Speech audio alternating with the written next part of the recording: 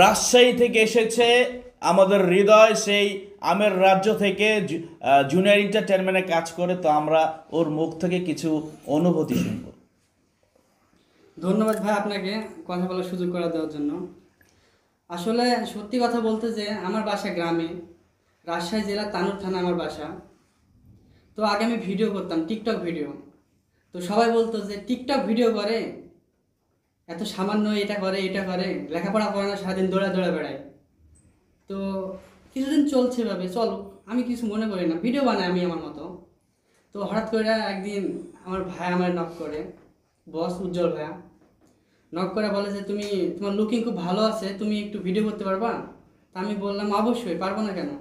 তো junior এন্টারটেনমেন্টে video করার পরে বিশ্বাস করেন ভাই, যারা আমাকে মানে খারাপ বলতো, আমি নাকি লেখাপড়া করি না, রাস্তাঘাটে ঘুরি, এটা করি ওইটা করি, সব করি, আমি বকাটে ছেলে, এই জুনিয়র এন্টারটেনমেন্ট আসার পরে যারা এই কথা বলতো তারা বলে যে ভাই এক কাপ চা খায় যাও, ভাই বসো, ভাই কোথায় যাও, আমাকে বিকেলবেলা একটু আসো তো, দেখো তোমার ফোনটা মানে কি অবস্থা পেজের, এভাবে কথা ভাই বলে এখন। আর আগে ভাই পাত্তা দিত না, অনেক কষ্ট করছি।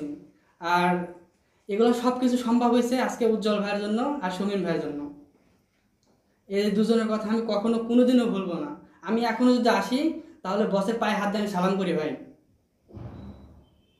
তবে ওই তোরে কিন্তু গাড়াইছিলাম আমি, আমার কথা কিছু ক। তুই আমার ভালোবাসার গায়ে হাত তুলছো না, কান্না বলতে সত্যি কথা বস। হ্যাঁ, আপনি যেটা করছেন আমার জন্য সেটা মানে I have nothing to say, আমি কিছু বলতে পারবো না। হ্যাঁ, আর